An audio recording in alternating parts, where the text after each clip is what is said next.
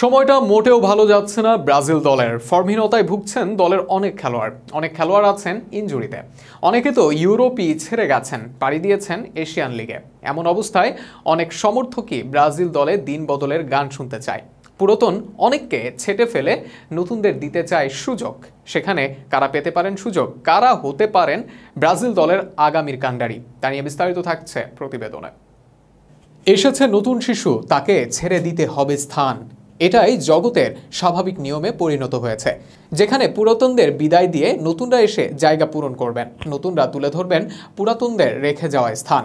বর্তমানে যেন এটাই চাওয়া হয়ে গেছে ব্রাজিল দলের সমর্থকদের। যে চাওয়ার পিছনে যে যুক্তি আছে তা বর্তমানে বেশ যুগোপযোগী। ফুলব্যাকে ব্রাজিলের সমস্যা চিরন্তন। বর্তমান ব্রাজিল দলে এই দায়িত্বে আছেন ড্যানিলো টেলাস ইবনেজরা। দিনিজের দলে প্রথমবারের মতো সুযোগ পেয়েছেন কাইও হেনরিক। টেলাস ও ইবনেজরা ইউরোপের পাঠ চুকিয়েছেন। ইউরোপের কম্পিটিটিভ ফুটবল থেকে দূরে থাকা খেলোয়াড়দের নিয়ে কোপা আমেরিকা ও বিশ্বকাপের পরিকল্পনা করতে চাইবেন না যে কোনো কোচ। এই পজিশনে ব্রাজিল যুব দলে আছে ব্রাজিলের রাইট ব্যাক আর্থার। এই পজিশনে জার্মান ক্লাব বায়ার্ন লেভারকুসেনে যোগ দিয়েছেন আর্থার। চাইলেই তাকে পরখ করবে ব্রাজিল। সেন্টার ব্যাকে মিলিতাও ইনজোর্ড, অফ ফর্মে মার্কুইনহোস, বয়সের কারণে নেই সিলভা। চাইলেই দলে ডাকা যেতে পারত রবার্ট রেনানকে। যুবক কোপা আমেরিকায় দুর্দান্ত খেলেছেন রেনান। খেলছেন এশিয়ার শীর্ষ ক্লাব সেন্ট পিটার্সবার্গে। সেখানে এই সিজনে 4 ম্যাচে দারুণ ইম্প্যাক্ট রেনানের। 4 ম্যাচে 90% হারে পাস দিয়েছেন 247টি। ক্রস, ক্লিয়ারেন্স, ট্যাকেল সবকিছুতেই যেভাবে দক্ষতা দেখিয়েছেন, আগামী দিনে তাকে নিয়ে তাই স্বপ্ন দেখতেই পারে Brazil.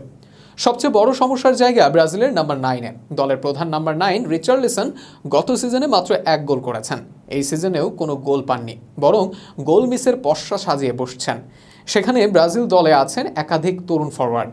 Enrique, Vitor Roque, Marcos লিওনার্দোরা তো এখনই বড় দলগুলোতে যোগ দিচ্ছেন চড়া দামে। নাসেমেন্তো, জিওভানির মতো ফরওয়ার্ডদের নিয়েও ইউরোপের দলগুলোর আগ্রহ আছে।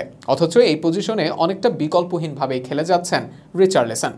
স্কোয়াড দেওয়ার পর ব্রাজিল দলে সবসময় মিডফিল্ডে ব্যাকআপের অভাব দেখা যায়। ভালো না খেলেও ফ্রেড, পাকুয়েতারা দীর্ঘদিন দলে ছিলেন। অথচ আন্দ্রে সান্তোস, ম্যাথুস ফ্রেঙ্কা, মার্লোস গোমেজের মতো মিডদের বিবেচনা করছে না কোচ ও ম্যানেজমেন্ট। দলের এই সময়ে নতুনভাবে দল গোছানোর কথা চাইলেই ভাবতে পারে বোর্ড। ট্রানজিশন সময়ের মধ্যে দিয়ে যাচ্ছে ব্রাজিল। এই সময় ব্রাজিল দলকে চাইলেই নতুনভাবে সাজানো যায়। তরুণদের সময় দিয়ে তৈরি করা যায় সেই চিরচেনা ব্রাজিলকে। তবে সবকিছুর সিদ্ধান্তই কোচের কাছে। হয়তো আগামী দিনের সব তরুণদের ভেবে দেখবেন তারা। ততদিন দেরি না হয়ে গেলেই হলো।